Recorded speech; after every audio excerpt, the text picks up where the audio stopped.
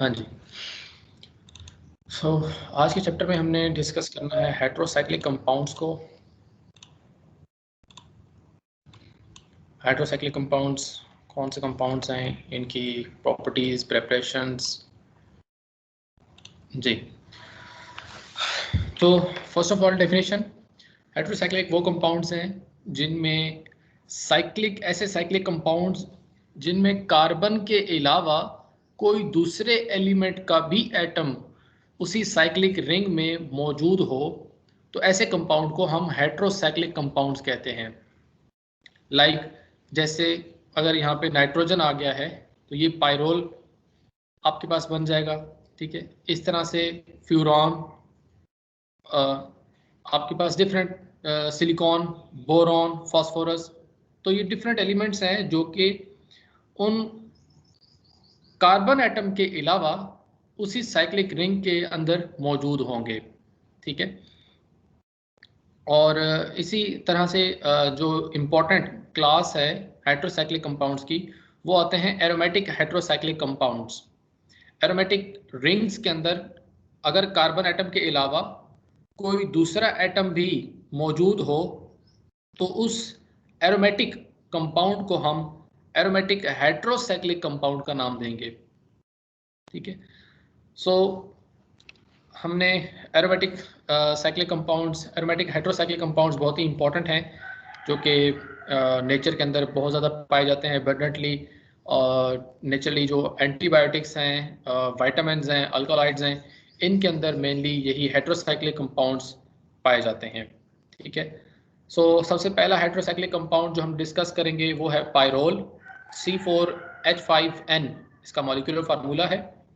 Pyrrole एक 5 membered cyclic heterocyclic compound है जो कि बहुत ही इंपॉर्टेंट है, और इसकी नेचुरली ये उन सब सॉसेज में पाया जाता है जिनमें पायरोल रिंग, जैसे आपके पास क्लोरोफिल हो गया, हीमोग्लोबिन हो गया, या कुछ अल्कलॉइड्स हैं, इन कंपाउंड्स के अंदर ये पायरोल 5 मेंबर्ड हेटेरोसाइक्लिक कंपाउंड मौजूद होता है। ठीक है, इसके अलावा पायरोल जो है ये कोल तार और बोन ऑयल के अंदर भी मिलता है।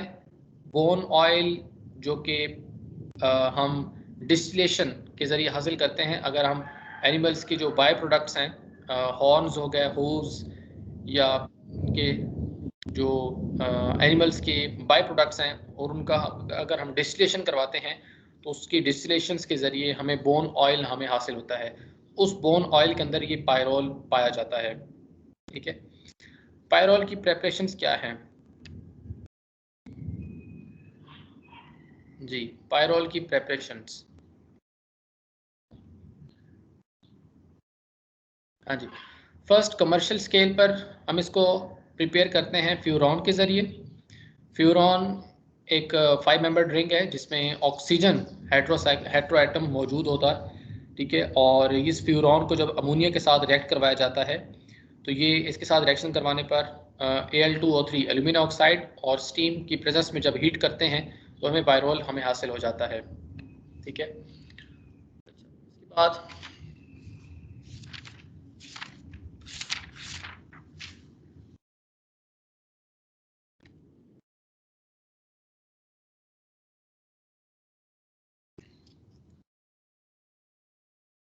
हाँ जी, लेबॉर्ट्री के अंदर पायरोल को कैसे प्रिपेयर किया जा सकता है? लेबॉर्ट्रीज मेथड के अंदर हम डाई अमोनियम म्यूकेट इस्तेमाल करते हैं। डाई अमोनियम म्यूकेट को ग्लिसरॉल की प्रेजेंस में 200 डिग्री सेंटीग्रेड टेम्परेचर पर जब हीट करते हैं तो इससे हमें पायरोल हासिल होता है, plus by products ammonia, carbon dioxide और वाटर मिलते हैं। इसके अलावा पायरोल को हम डिस्टिलेशन के ज़रिए भी हासिल कर सकते हैं।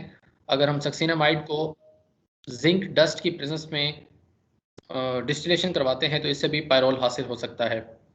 ठीक है, सो ये आप देख सकते हैं कीटो फॉर्म और रिनोल फॉर्म में ये प्रेजेंट है सक्सिनामाइड, जिसको अगर हम जिंक डस्ट के साथ स्टीम डिस्टिलेशन करवाते हैं तो ये पायरोल में कन्वर्ट हो जाता है।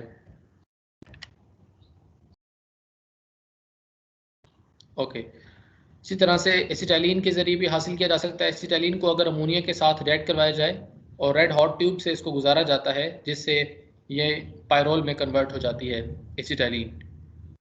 इसी तरह से अगर हम सक्सेनिक डाईएल्डिहाइड को अमोनिया के साथ गर्म करते हैं, हीट प्रोवाइड करते हैं, तो ये सक्सेनिक डाईएल्डिहाइड ये अमोनिया के साथ रिएक्ट करके पायरोल में कन्वर्ट हो जाता है। ठीक है, इसको हीट करते हैं, पहले ये डाईओल फॉर्म में जाएगा, वाटर की रिमूवल होगी जिससे ये पायरोल बन जाएगा जी। उसके बाद synthesis of pyrrole derivatives. Pyrrole derivatives को प्रिपेयर किया जाता है। फर्स्ट मेथड है पाल्कनोर सिंथेसिस। पाल्कनोर सिंथेसिस में हम 1,4 डाई कार्बोनिल कंपाउंड्स, यहाँ हम 1,4 डाई कार्बोनिल कीटोन भी इस्तेमाल कर सकते हैं और एल्डिहाइडिक ग्रुप भी इस्तेमाल कर सकते हैं, तो हमें इसके डेरिवेटिव्स, पायरोल के डेरिवेटिव्स मिलते हैं। ठीक है, कार्बोनिल कंपाउंड है जनरल, यहाँ पे हमने R लिख दिया जो कि कीटोनिक ग्रुप को जाहिर कर रहा है, और जब हम इसको अमोनिया के साथ हीट करवाते हैं तो ये अमोनिया के साथ रिएक्ट करके पायरोल में तब्दील हो जाता है और हमें सेकंड कार्बन और नंबर 5 कार्बन पर ये सब्स्टिट्यूशन मिलती है। आप देख सकते हैं ये दो ग्रुप्स R अल्काइल ग्रुप्स जो हैं वो सेकंड और 5th पोजीशन पर आ गए हैं। तो इस तरह से आप पाल्कनोर सिंथेसिस के जरिए हम इसकी सब्स्टिट्यूशन कर सकते हैं। ठीक है, अल्काइल ग्रुप्स सब्स्टिट्यूट कर सकते हैं। ओके, उसके बाद जी पायरोल इटसेल्फ प्रिपेयर किया जा सकता है। अगर हम सक्सेनिक एल्डिहाइड को अमोनिया के साथ रिएक्ट करवाते हैं तो इससे भी हम हीट करके पायरोल हासिल कर सकते हैं। इसके अंदर आप देख सकते हैं कि ये जो हाइड्रोजन है CH2 ये हाइड्रोजन इस कार्बन के पास आ जाते हैं, एल्डिहाइडिक कार्बन के पास, और कार्बन जो है वो डबल बॉन्ड बना लेती है। फर्दर इसके अंदर जो कार्बन डबल बॉन्ड ऑक्सीजन था उस ऑक्सीजन के साथ भी हाइड्रोजन आ जाता है। ठीक है, अगर हम इसी कंपाउंड को NH3 के साथ हीट करवाते हैं तो ये आपके पास पायरोल में कन्वर्ट हो जाता है।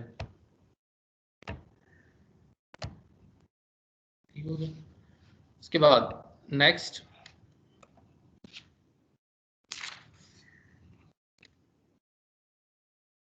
जी, हाँ जी, नेक्स्ट आपके पास आ रहा है जी नोर पायरोल सिंथेसिस, जिसमें हम कंडेंसेशन करवाते हैं अल्फा अमाइनो कीटोन की, या हम यूज कर सकते हैं alpha amino beta keto ester group इस्तेमाल कर सकते हैं।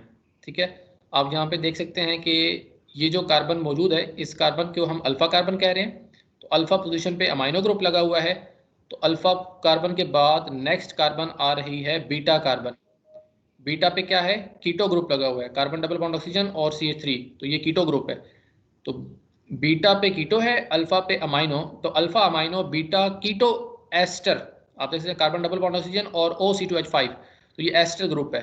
तो यहाँ पे एस्टर ग्रुप जो है, बीटा कीटो एस्टर जो है, इसका अगर हम रिएक्ट करवाते हैं एस्टर के साथ तो एसिटिक एसिड की प्रेजेंस में ये करता है और पायरोल का डेरिवेटिव तैयार कर देता है।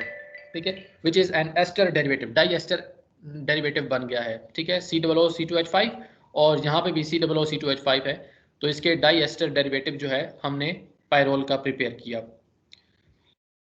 हंजेक सिंथेसिस है जिसके अंदर हम बीटा कीटो एस्टर का क्लोरो एसीटोन के साथ रिएक्शन करवाते हैं। ठीक है, बीटा कीटो एस्टर इसका हम रिएक्शन करवा रहे हैं क्लोरो एसीटोन के साथ, जिससे ये रिएक्शन होगा और इससे हमारे पास एक पायरोल का डेरिवेटिव मिलता है। ठीक है, जिसमें सिंगल C2H5 मौजूद है, यानी कि ये सिंगल इसका एस्टर डेरिवेटिव होगा। ठीक है, पायरोल का, जो कि हमने कंडेंसेशन से हासिल किया है क्लोरो एसीटोन और बीटा कीटो एस्टर की रिएक्शन से।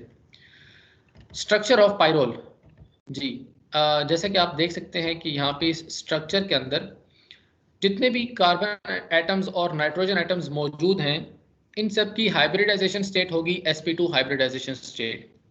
sp2 हाइब्रिडाइजेशन स्टेट का मतलब ये है कि एक अनहाइब्रिडाइज्ड p ऑर्बिटल सब एटम्स के पास मौजूद होगा। आप देख सकते हैं कि सारे एटम्स के पास एक अनहाइब्रिडाइज्ड p ऑर्बिटल मौजूद है और इनमें एक एक इलेक्ट्रॉन भी मौजूद है, जबकि नाइट्रोजन पर जो इलेक्ट्रॉन पेयर लोन पेयर मौजूद है वो इसी sp2 हाइब्रिड ऑर्बिटल के अंदर है, सॉरी अनहाइब्रिडाइज्ड p ऑर्बिटल के अंदर है। ठीक है, हम जानते हैं कि जो sp2 हाइब्रिड ऑर्बिटल्स हैं कार्बन के, वो आपस में बॉन्डिंग करते हैं, और नाइट्रोजन को जो sp2 हाइब्रिड ऑर्बिटल है वो इन कार्बन के साथ बॉन्डिंग देता है।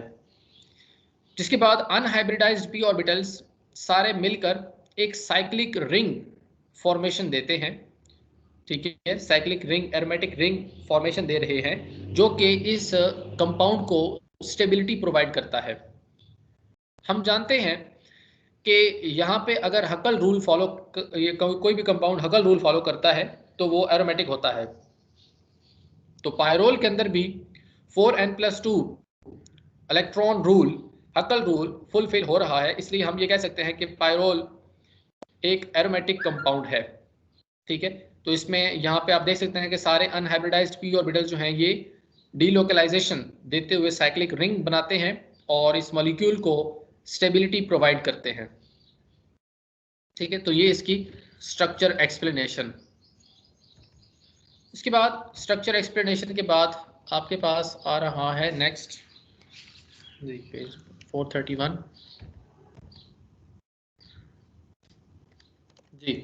अगर इसी स्ट्रक्चर देखने के बाद अगर आप जानते हैं कि ये एरोमेटिक कंपाउंड है, तो एरोमेटिक कंपाउंड्स की डीलोकलाइजेशन करवाएंगे। जो नाइट्रोजन के पास लोन पेयर है, ये लोन पेयर इस रिंग के अंदर डीलोकलाइज हो सकता है। जब ये lone pair as a double bond shift होगा, तो यहाँ जो डबल बॉन्ड मौजूद है वो as a negative charge carbon के ऊपर शिफ्ट हो जाएगा।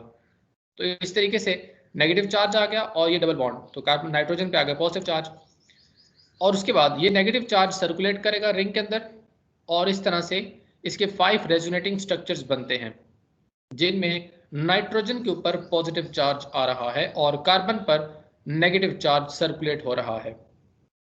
तो आप रिंग के अंदर इस तरीके से नेगेटिव चार्ज सर्कुलेटिंग दिखा सकते हैं कि इसके अंदर नेगेटिव चार्ज सर्कुलेट करता है रिंग के अंदर।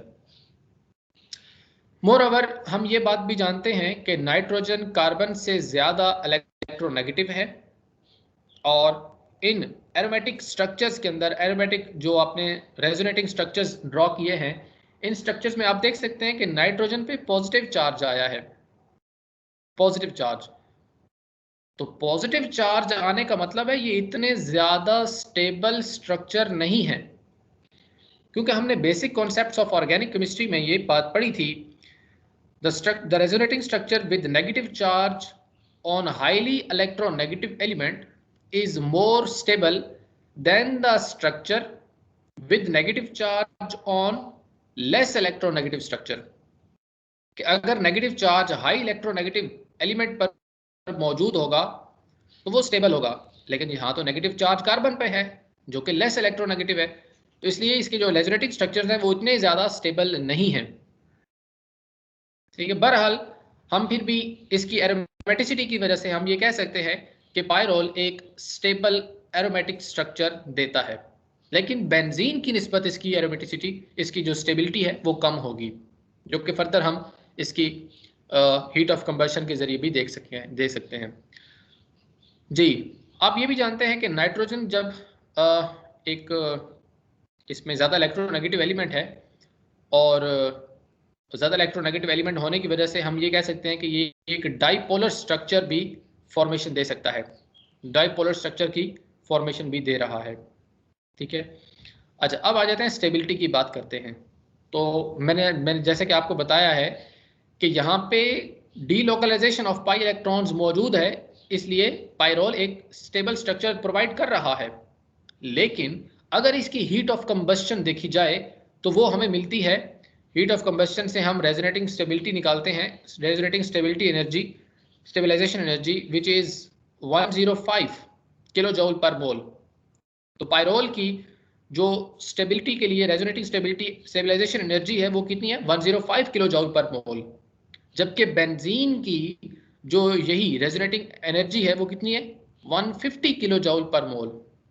तो आप वाज़ेह डिफरेंस देख सकते हैं, जो कि एक्सप्लेन कर रहा है कि बेंजीन अपनी हाई रेजोनेटिंग स्टेबलाइजेशन एनर्जी की वजह से ज़्यादा स्टेबल है, क्योंकि उसमें बेंजीन के केस में सारे एटम्स एक जैसे हैं और पायरोल के अंदर एक नाइट्रोजन है जिसके ऊपर हाई इलेक्ट्रोनेगेटिव एलिमेंट है, जिसके ऊपर पॉजिटिव चार्ज आ रहा है और ये less stable structure, resonating structure दे रहा है। Okay, next, basicity of pyrrole.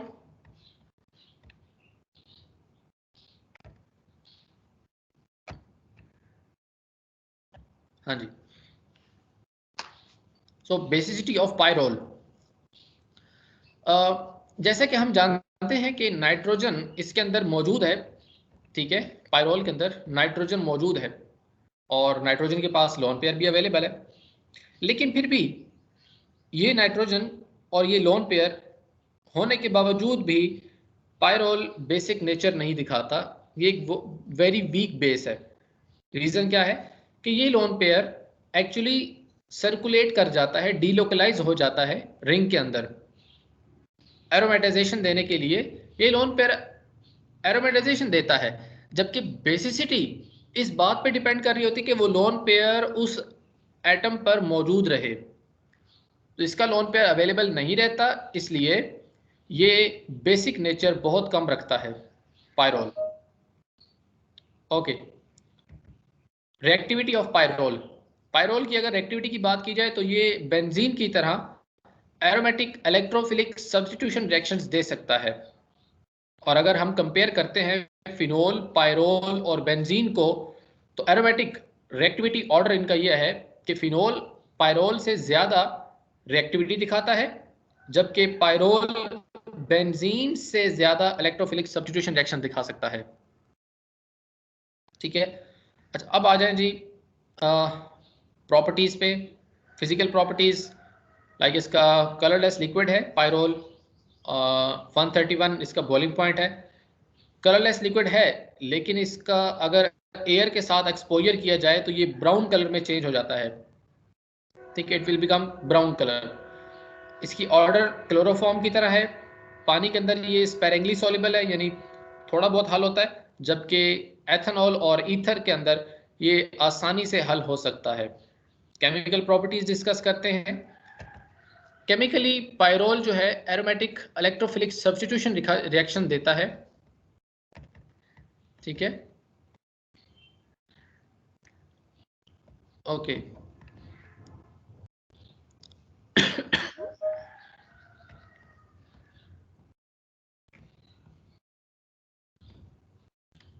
हाँ जी, सो बेसिक करेक्टर जैसे कि मैंने आपको बता दिया है कि पायरोल बहुत ही वीक बेस है। इसकी pKa वैल्यू 3.4 है।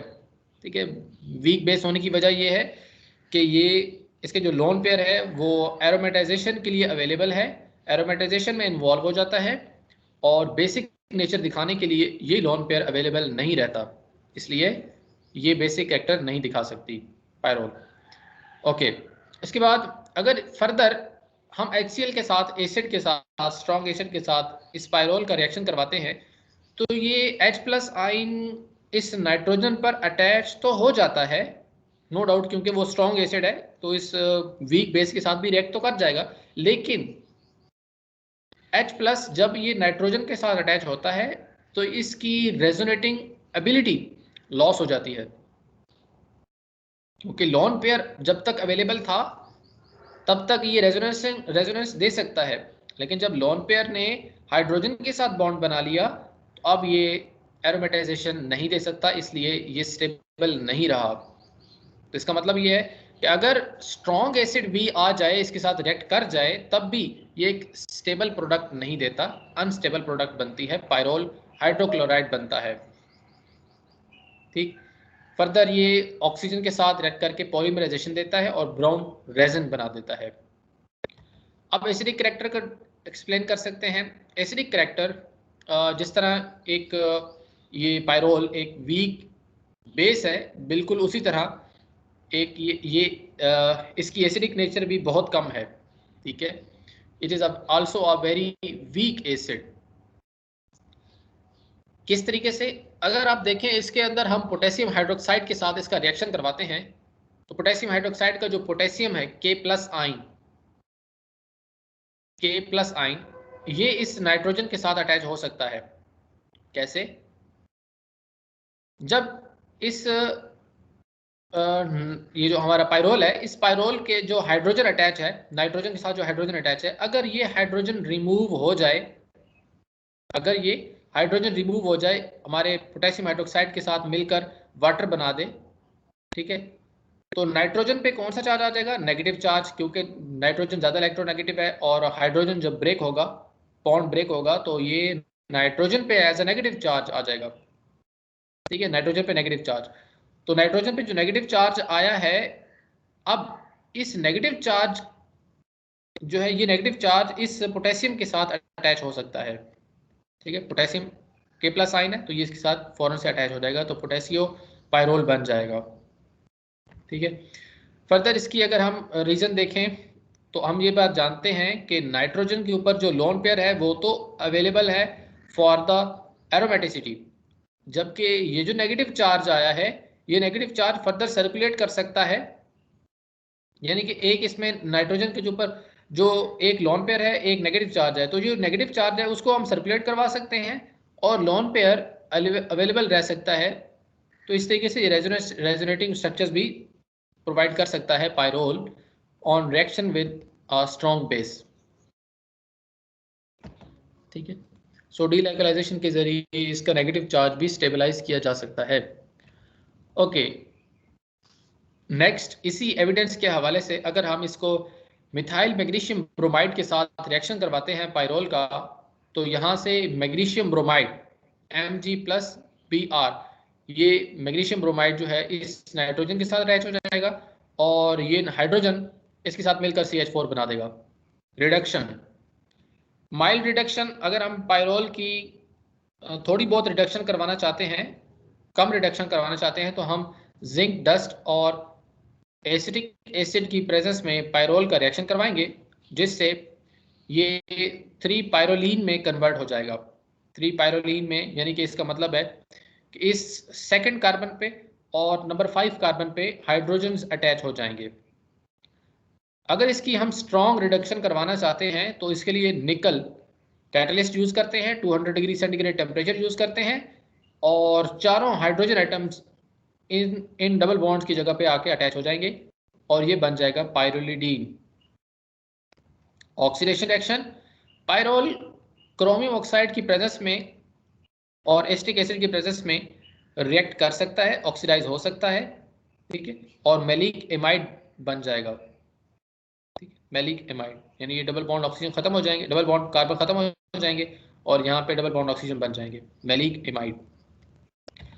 ओके, इलेक्ट्रोफिलिक सब्स्टिट्यूशन रिएक्शंस, जैसे कि मैंने बताया कि पायरोल बेंजीन की तरह एरोमेटिक इलेक्ट्रोफिलिक सब्स्टिट्यूशन रिएक्शन दे सकता है, क्योंकि ये एक बेंजीन रिंग फॉर्मेशन दे रहा है और इसमें नेगेटिव चार्ज जो है वो सर्कुलेट कर रहा है। तो अगर इलेक्ट्रोफाइल इसमें सेकंड पोजीशन पर अटैच होगा, पॉसिबिलिटी है कि सेकंड पोजीशन पर अटैच हो सकता है या थर्ड पोजीशन पे। ठीक है, तो हम देखते हैं कि अगर ये सेकंड पोजीशन पर इलेक्ट्रोफाइल अटैच होगा, तो फिर पॉजिटिव चार्ज किस किस जगह पे सर्कुलेट करता है और कितने रेजोनेटिंग स्ट्रक्चर्स हमें हासिल होते हैं। जब इलेक्ट्रोफाइल सेकंड पोजीशन पर अटैच होगा, तो इसमें हमें 3 रेजोनेटिंग स्ट्रक्चर्स मिलते हैं, और जब ये इलेक्ट्रोफाइल थर्ड पोजीशन पर अटैच होता है, इस पोजीशन पर, तो इस पोजीशन पर अटैच होने के बाद कितने रेजोनेटिव स्ट्रक्चर मिल रहे हैं? 2। तो इसका मतलब है, ये हम जानते हैं कि जितने ज्यादा रेजोनेटिंग स्ट्रक्चर्स होंगे, वो मॉलिक्यूल उतना ही ज्यादा स्टेबल होगा। तो पायरोल इलेक्ट्रोफिलिक सब्स्टिट्यूशन के दौरान अगर सेकंड पोजीशन पर इलेक्ट्रोफाइल को अटैच करता है, तो 3 रेजोनेटिंग स्ट्रक्चर्स मिलते हैं, जो कि ज्यादा स्टेबल स्टेट है इन रिस्पेक्ट अगर इलेक्ट्रोफाइल थर्ड पोजीशन पर जाकर अटैच होता है, जिससे हमें 2 रेजोनेटिंग स्ट्रक्चर्स मिल रहे हैं। इसलिए इलेक्ट्रोफिलिक सब्स्टिट्यूशन के दौरान पायरोल सेकंड पोजीशन पर इन इलेक्ट्रोफाइल्स को अटैच करेगा। आइए देखते हैं इनके रिएक्शंस।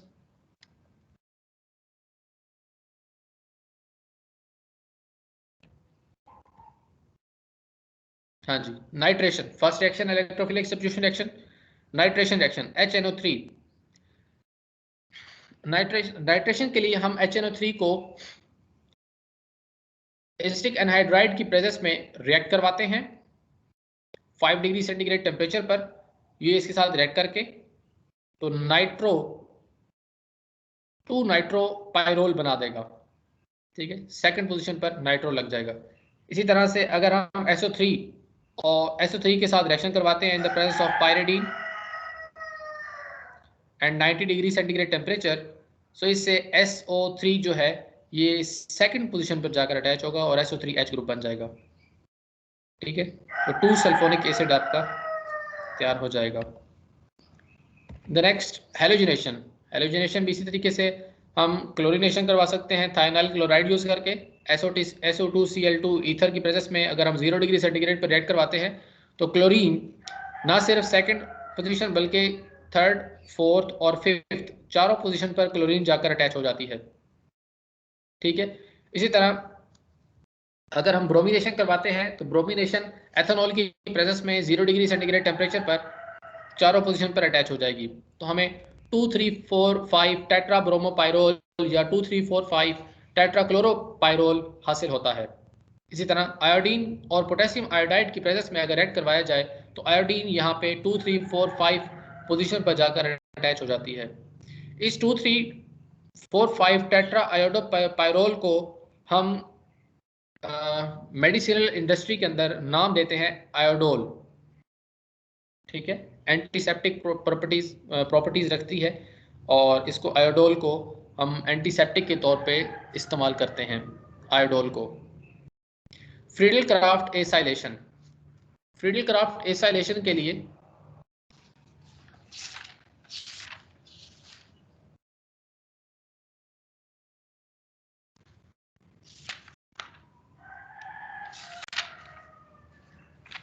हाँ जी, फ्रीडल क्राफ्ट एसाइलेशन के लिए हम पाइरोल को जब रिएक्ट करवाते हैं तो इस एसिटिक एनहाइड्राइड के साथ इन the presence of not an catalyst, ठीक है, इन the presence of 250 degree centigrade temperature, तो एसिटिक एनहाइड्राइड की प्रेजेंस में ये पाइरोल रिएक्ट करता है और इससे हमें 2 एसिटाइल पाइरोल मिल रहा है।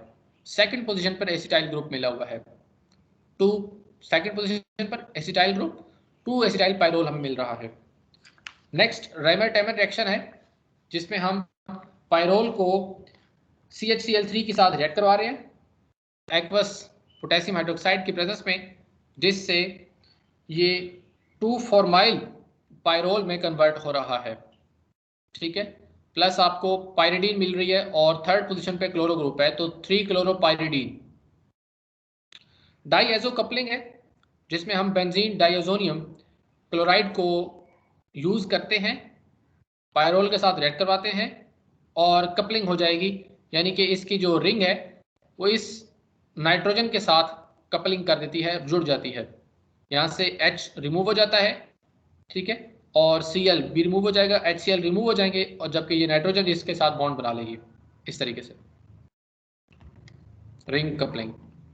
Next polymerization. पॉलीमराइजेशन के अंदर रिंग्स एक दूसरे के साथ पॉलीमर्स बनाती हैं, पाइरोल रिंग्स, यहाँ से ये हाइड्रोजन रिमूव हो जाएगा, ठीक है। इस तरीके से यहाँ पे आप देख सकते हैं कि ये जो डबल बॉन्ड है वो ये डबल बॉन्ड इस कार्बन के साथ जाकर बॉन्ड बना लेता है और ये वाला डबल बॉन्ड इस नाइट्रोजन पर as a lone pair shift हो जाता है, ठीक है।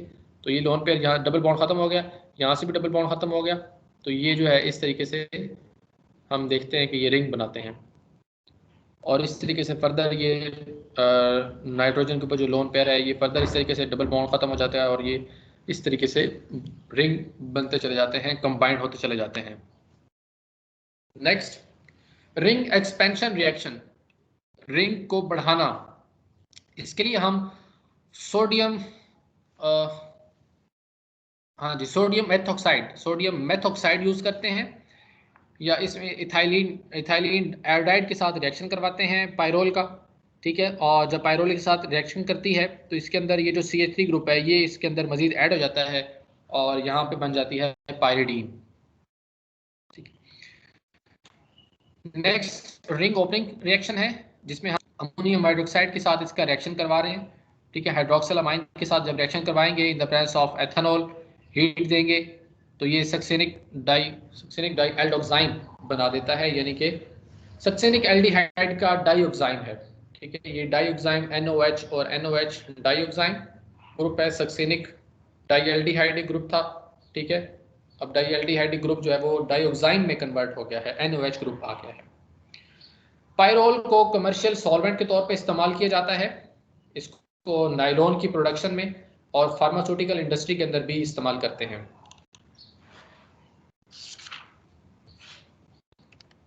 जी, aromaticity of furan and thiophene structure. Furan और थायोफीन जिसमें कार्बन एटम्स, 4 कार्बन एटम्स हैं और हेटेरो एटम, फ्यूरॉन में ऑक्सीजन होता है जबकि थायोफीन में सल्फर। इस तरीके से आप देख सकते हैं, फ्यूरॉन में ऑक्सीजन और थायोफीन में सल्फर मौजूद होता है एज अ हेटेरो एटम। बिल्कुल उसी तरह से ये भी एक एरोमेटिक रिंग फॉर्मेशन देते हैं।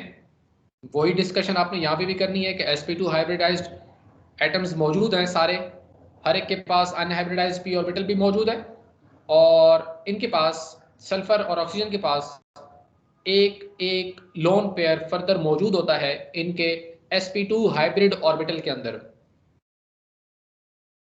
इन parallel to the plane of the molecular ring. ठीक, दोनों मॉलिक्यूल्स 4n+2 यानी हकल रूल फॉलो करते हैं, इसलिए दोनों एरोमेटिक कंपाउंड्स हैं। स्पेक्ट्रोस्कोपिक एनालिसिस की बात करें तो 5 मेंबर्ड साइक्लिक हेटेरोसाइक्लिक कंपाउंड्स हैं दोनों, बिल्कुल पायरोल की तरह। साइक्लिक प्लेनर स्ट्रक्चर इनके पास मौजूद है जो कि sp2 हाइब्रिडाइजेशन ज्योमेट्री शो कर रहे हैं। Hetero atom oxygen, sulphur, nitrogen तीनों ज्यादा इलेक्ट्रोनेगेटिव हैं कार्बन की निस्बत, जिसकी वजह से तीनों स्ट्रक्चर्स में डाइपोलर स्ट्रक्चर फॉर्मेशन देते हैं। और इस तरह हम ये देख सकते हैं कि बिल्कुल उसी तरीके से इनके ऊपर भी लोन पेयर जो अवेलेबल है वो इस रिंग के अंदर इन्वॉल्व हो जाता है, रिंग के अंदर हाइब्रिडाइजेशन के अंदर। ठीक है, जो लोन पेयर इसके पास एटम के अंदर, हेटेरो एटम के पास मौजूद है, वो लोन पेयर इस रिंग के अंदर एरोमेटाइजेशन के लिए इन्वॉल्व हो जाता है और कार्बन के एटम्स के ऊपर नेगेटिव चार्ज रिवॉल्व करता है और हमारे हेटेरो एटम पर पॉजिटिव चार्ज।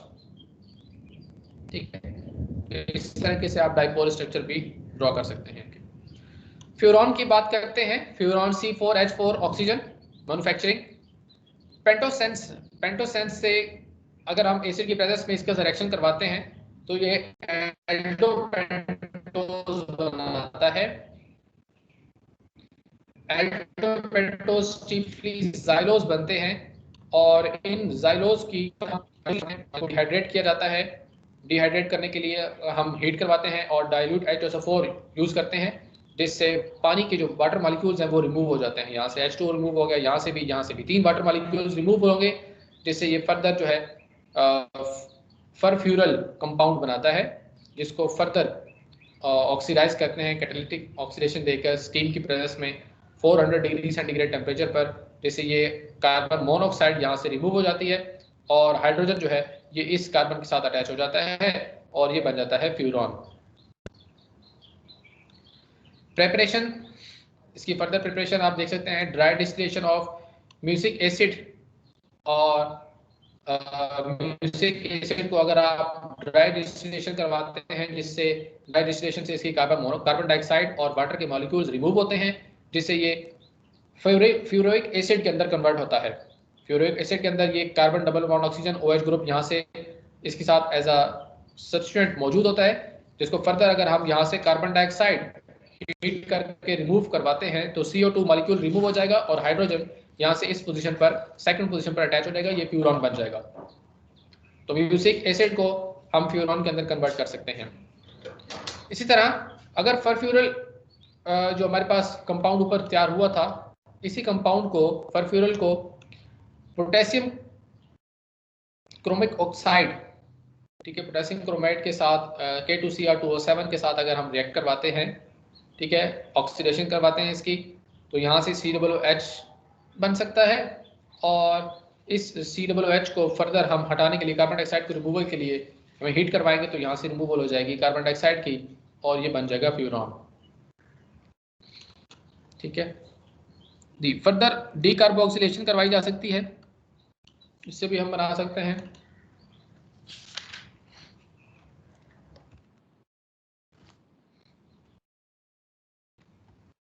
हाँ जी, सिल्वर ऑक्साइड और स्टीम की प्रेजेंस में इसका जो एल्डिहाइडिक सब्स्टिट्यूएंट है फ्यूरॉन का, उसमें एल्डिहाइडिक ग्रुप का जो कार्बन मोनोऑक्साइड ग्रुप है उसको हटाने के लिए हम सिल्वर ऑक्साइड यूज करते हैं, जिससे कार्बन मोनोऑक्साइड हट जाती है और कार्बन जो हाइड्रोजन है ये हाइड्रोजन इस पोजीशन पर जाकर अटैच हो जाता है और हमें फ्यूरॉन मिल जाता है।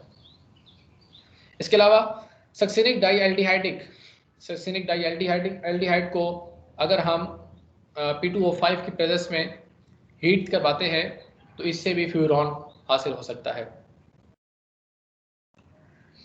फ्यूरॉन की प्रॉपर्टीज क्या है? कलरलेस लिक्विड है, बॉइलिंग पॉइंट 32 डिग्री सेंटीग्रेड इसका बॉइलिंग पॉइंट है, और ये क्लोरोफॉर्म की तरह इसकी ऑर्डर है, स्मेल इसकी क्लोरोफॉर्म की तरह है, पानी के अंदर इनसॉल्युबल है, जबकि अल्कोहल और ईथर के अंदर ये आसानी से हल हो सकता है। केमिकल प्रॉपर्टीज की बात करें तो केमिकली बेंजीन से रिजेंबलेंस है इसकी, ठीक है, बेंजीन की तरह इलेक्ट्रोफिलिक सब्स्टिट्यूशन रिएक्शन दे सकता है।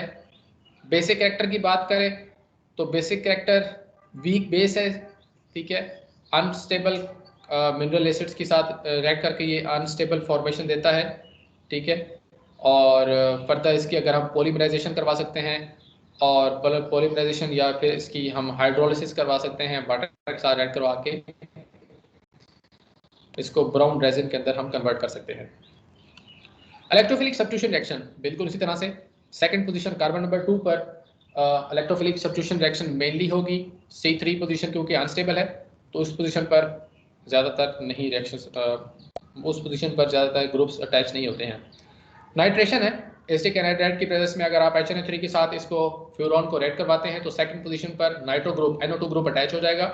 सल्फोरेशन है, SO3 पायरिडीन की प्रेजेंस में 70 डिग्री सेंटीग्रेड टेम्परेचर पर रेड करवाने पर सेकंड पोजीशन पर SO3H ग्रुप यानी सल्फोनिक ग्रुप अटैच हो जाता है।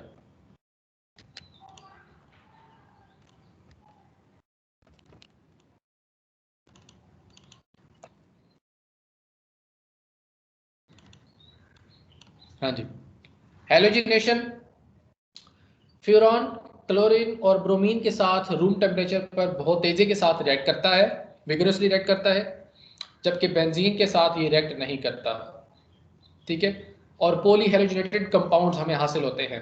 जैसे आप देख सकते हैं कि अगर आपके पास जो क्लोरीनेशन आपने करवाई है तो उस क्लोरीनेशन से सेकंड पोजीशन पर भी अटैच हो गया है इस तरफ, और इस तरह से सेकंड पोजीशन इस वाली और इस पोजीशन पे इस तरह से दो कंपाउंड्स तैयार हो सकते हैं, ठीक है, क्लोरीनेशन करवाने पर। और अगर आप इसकी ब्रोमिनेशन करवाएंगे तो ब्रोमीन जो है वो सेकंड पोजीशन पर अटैच हुई है, ठीक है। फ्रीडल-क्राफ्ट एसाइलेशन यानी एसाइल ग्रुप को अटैच करवाना, carbon double bond oxygen CH3 group को, इसको अटैच करवाने के लिए हम BF3 boron trifluoride as a solvent इस्तेमाल करते हैं। 0 डिग्री सेंटीग्रेड टेम्परेचर पर अगर आप एसिटिक एनहाइड्राइड के साथ इसको रिएक्ट करवाते हैं तो सेकंड पोजीशन पर एसाइल ग्रुप अटैच हो जाता है। This is the Friedel-Crafts acylation. Gattermann reaction है, HCl HCN के साथ अगर आप AlCl3 की प्रेजेंस में इसको रिएक्ट करवाते हैं तो NH डबल बॉन्ड CHCl बनता है, जिसको फर्दर फ्यूरॉन के साथ AlCl3 की प्रेजेंस में अगर आप रिएक्ट करवाते हैं तो नाइट्रोजन यहाँ पे इस कार्बन जो कार्बन है अपना Cl ग्रुप यहाँ से रिमूव कर लेती है और ये कार्बन इस कार्बन के साथ अटैच हो जाती है। इस तरीके से यहाँ से जो Cl है ये Cl इस नाइट्रोजन के पास आ जाएगा और ये जो हाइड्रोजन है ये पूरा HCl ग्रुप इस नाइट्रोजन के पास आ जाता है, NH2Cl बन जाएगा। अगर आप इसके साथ वाटर के साथ रिएक्शन करवाते हैं तो इसकी एल्डिहाइडिक सब्स्टिट्यूएंट हमें हासिल हो जाता है फ्यूरॉन का। मर्क्यूरेशन है जिसमें आप HgCl2 के साथ इसका रिएक्शन करवाते हैं in the presence of sodium salt of acetic acid, जिससे हमें 2 पोजीशन पर क्लोरो मर्क्यूरिक फ्यूरॉन मिलता है, जिसको फर्दर आयोडीन के साथ आप रिएक्ट करवाते हैं तो यहाँ HgCl को आयोडीन रिप्लेस कर लेता है, और अगर आप RCOCl के साथ रिएक्ट करवाते हैं तो इसमें जो एसाइल ग्रुप है वो इसको HgCl को रिप्लेस कर सकता है। एन ब्यूटाइल लिथियम के साथ अगर आप रिएक्ट करवाते हैं तो ये जो हमारे पास यहाँ पे इस कार्बन पे जो हाइड्रोजन ग्रुप है वो हाइड्रोजन इस एन ब्यूटाइल ग्रुप के साथ मिलकर एन ब्यूटेन बना देता है और लिथियम यहाँ पे इस सेकंड पोजीशन पर जाकर अटैच हो जाता है। इस 2 फ्यूरॉन लिथियम को कार्बन डाइऑक्साइड और HCl की प्रेजेंस में अगर रिएक्ट करवाएं तो यहाँ इसका फ्यूरोइक एसिड हमें हासिल हो जाता है, यानी COOH ग्रुप इस लिथियम ग्रुप को रिप्लेस कर लेता है। फर्दर रिडक्शन रिएक्शन है, फ्यूरॉन रिडक्शन दे सकता है इन द प्रेजेंस ऑफ निकल हीट। आप चारों हाइड्रोजन एटम जो है वो इसके अंदर टेट्रा हाइड्रोफ्यूरॉन बना देते हैं, यानी चारों पोजीशन पर जाकर हाइड्रोजन अटैच हो जाता है, टेट्रा हाइड्रोफ्यूरॉन। ये एक बहुत ही एक नेचुरली यूज होने वाला सॉल्वेंट है जो कि बहुत सारी फार्मास्यूटिकल कंपनीज मेडिसिनल पर्पसेस और डिफरेंट पर्पसेस के लिए केमिकल इंडस्ट्रीज के अंदर टेट्रा हाइड्रोफ्यूरॉन को एज अ इनर्ट सॉल्वेंट हम यूज करते हैं। ठीक है, फर्दर टेट्राहाइड्रोफ्यूरॉन को अगर आप HCl के साथ रिएक्ट करवाते हैं तो इसकी बेंजीन की जो इसकी जो रिंग फॉर्मेशन है वो खत्म हो जाती है और ये बन जाता है टेट्रामिथाइलिन। ठीक है, टेट्रामिथाइलिन क्लोरोहाइड्रिन की फॉर्मेशन देता है। रिंग ओपन स्ट्रक्चर है जिसमें हम रिंग ओपनिंग मेथनॉल और HCl की प्रेजेंस में इसका रिएक्शन करवाते हैं। ठीक है, जिसमें ये डाई एसिटल सक्सिनेट एल्डिहाइड बना देता है।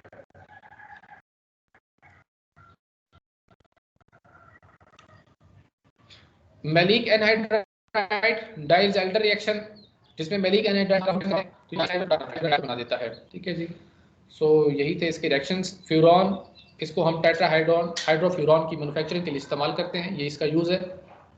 बेसिकली टेट्राहाइड्रोफ्यूरॉन जो है ये as a solvent, inert solvent different chemical industries के अंदर इस्तेमाल किया जाता है। सो यही तक आज का लेक्चर हम डन करते हैं।